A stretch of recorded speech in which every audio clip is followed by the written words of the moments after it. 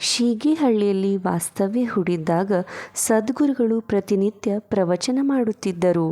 ಆಗ ಅವರ ಪ್ರವಚನ ಆಲಿಸಲು ಭಕ್ತರು ಬರುತ್ತಿದ್ದರು. ಅದರಲ್ಲಿ ಒಬ್ಬ ಕ್ಷೌರಿಕನೂ ಇದ್ದ. ತನ್ನ ಕುಲ ಕಸುಬಾದ ಕ್ಷೌರವನ್ನು ಮುಗಿಸಿ ನಂತರ ಶುದ್ಧನಾಗಿ ಪ್ರವಚನ ಕೇಳಲು ಬರುತ್ತಿದ್ದ. ಪ್ರವಚನ ಮುಗಿದ ಮೇಲೆ ಸಂಜೆಯ ಮಂಗಳಾರತಿಯಲ್ಲಿ ಪಾಲ್ಗೊಂಡು ಪ್ರಸಾದ ಸ್ವೀಕರಿಸಿ ಮನೆಗೆ ಹೋಗುತ್ತಿದ್ದ. ಸ್ವಾಮಿಗಳು ಪ್ರವಚನ ಮಾಡುವಾಗ ಶಿಷ್ಯರನ್ನು ಗಮನಿಸುವ ರೀತಿಯಲ್ಲಿ ಈ ಕ್ಷೌರಿಕನನ್ನೂ ನೋಡುತ್ತಿದ್ದರು. ಅವನಂತೂ ಭಕ್ತಿ ಭಾವದಲ್ಲಿ ತನ್ಮಯನಾಗಿ ಕೈ ಮುಗಿದು ಕುಳಿತಿರುತ್ತಿದ್ದ. ಇದನ್ನು ನೋಡುವ ಕೆಲವರಿಗೆ ಶ್ರೀಗಳು ಈ ಕ್ಷೌರಿಕನಿಗಾಗಿಯೇ ಪ್ರವಚನ ಮಾಡುತ್ತಾರೆಯೇನೋ ಎಂದು ಅನ್ನಿಸಿತು.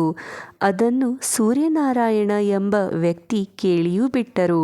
ಸ್ವಾಮಿಗಳೇ, ನೀವು ಜಾತಿ, ಧರ್ಮ, ಲಿಂಗ, ಅಧಿಕಾರ ಯಾವುದನ್ನೂ ನೋಡದೆ ಎಲ್ಲರಿಗೂ ಉಪದೇಶ ಮಾಡುತ್ತೀರಿ. ಎಲ್ಲರಿಗೂ ಆಧ್ಯಾತ್ಮದ ದಾರಿ ತೋರಿಸುತ್ತೀರಿ. ಇದು ಹೇಗೆ ಎಂದರು. ಅದಕ್ಕೆ ಶ್ರೀಗಳು ಹೀಗೆ ಹೇಳುತ್ತಾರೆ. ಜ್ಞಾನ ಅಧ್ಯಾತ್ಮದ ಹಾದಿಯಲ್ಲಿ ಸಾಗುವ ಯೋಗವಿಲ್ಲದವರನ್ನು ಭಗವಂತ ನನ್ನ ಬಳಿ ಕಳಿಸುವುದೇ ಇಲ್ಲ. ನನ್ನ ಬಳಿ ಬಂದಿದ್ದಾರೆಂದರೆ ನಾನು ಅವರನ್ನು ನೋಡಿದ್ದೇನೆ ಎಂತಾದರೆ ಭಗವಂತನೇ ಅವರನ್ನು ಕಳಿಸಿದ್ದಾನೆ. ಇಲ್ಲಿ ಯಾವ ಜಾತಿ, ಧರ್ಮ, ಲಿಂಗವೂ ಅಡ್ಡಿಯಾಗುವುದಿಲ್ಲ. ಇದನ್ನು ಆಲಿಸಿದ ಸೂರ್ಯನಾರಾಯಣರಿಗೆ ಯೋಚನೆಯಾಯಿತು. ಇದು ಹೇಗೆ ಸಾಧ್ಯ? ದಿನವೊಂದಕ್ಕೆ ಎಷ್ಟೋ ಜನರು ಬರುತ್ತಾರೆ.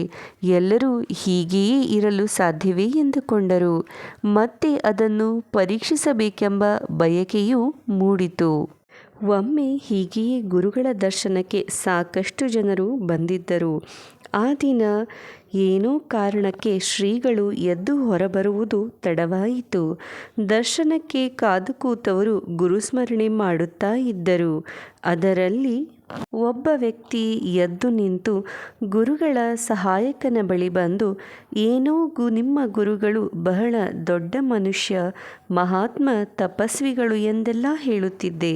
ಇನ್ನೂ ಎದ್ದು ಹೊರಗೆ ಬರಲೇ ಇಲ್ಲವಲ್ಲ, ಆಗಲೇ 8 ಗಂಟೆಯಾಯಿತು ಎಂದು ಹೇಳಿ ಹೊರಟು ಬಿಟ್ಟನು. ಅವನು ಹೋಗಿ ಕ್ಷಣಕಾಲದ ನಂತರ ಶ್ರೀಗಳು ಹೊರಬಂದು ಎಲ್ಲರಿಗೂ ದರ್ಶನ ನೀಡಿದರು.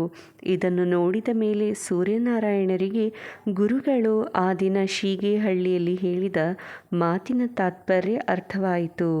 ಈ ಕಥೆಯ ನೀತಿ ಪಾಠವೇನೆಂದರೆ, ಜ್ಞಾನಿಗಳಾದವರಿಗೆ ಎದುರು ಬರುವ ವ್ಯಕ್ತಿಯ ಅಂತರಂಗದ ದರ್ಶನ ಕ್ಷಣ ಮಾತ್ರದಲ್ಲಿ ಆಗುತ್ತದೆ. ಯಾರಿಗೆ ಉಪದೇಶ ಕೊಡಬೇಕು, ಯಾರನ್ನು ಆಧ್ಯಾತ್ಮದ ಹಾದಿಯಲ್ಲಿ ಕರೆದೊಯ್ಯಬೇಕೆಂಬ ಅರಿವು ಸದಾ ಇರುತ್ತದೆ. ಅಸಹನೆಯ, ಅವಿವೇಕದ, ಅಹಂಕಾರದ ವ್ಯಕ್ತಿಗಳಿಗೆ ಭಗವಂತನ ದರ್ಶನ ಎಂದಿಗೂ ಸಾಧ್ಯವಿಲ್ಲ. ನಾವು ಭಗವಂತನನ್ನು ಕಾಣಲು ಸಹನೆ ಮತ್ತು ಪ್ರೀತಿ ಉಳ್ಳವರಾಗಬೇಕು ಮತ್ತು ಭಗವಂತನ ಇರುವಿಕೆಯನ್ನು ತೋರಿಸುವ ಗುರುವಿನ ಬಗ್ಗೆ ನಂಬಿಕೆ ಹೊಂದಿರಬೇಕು.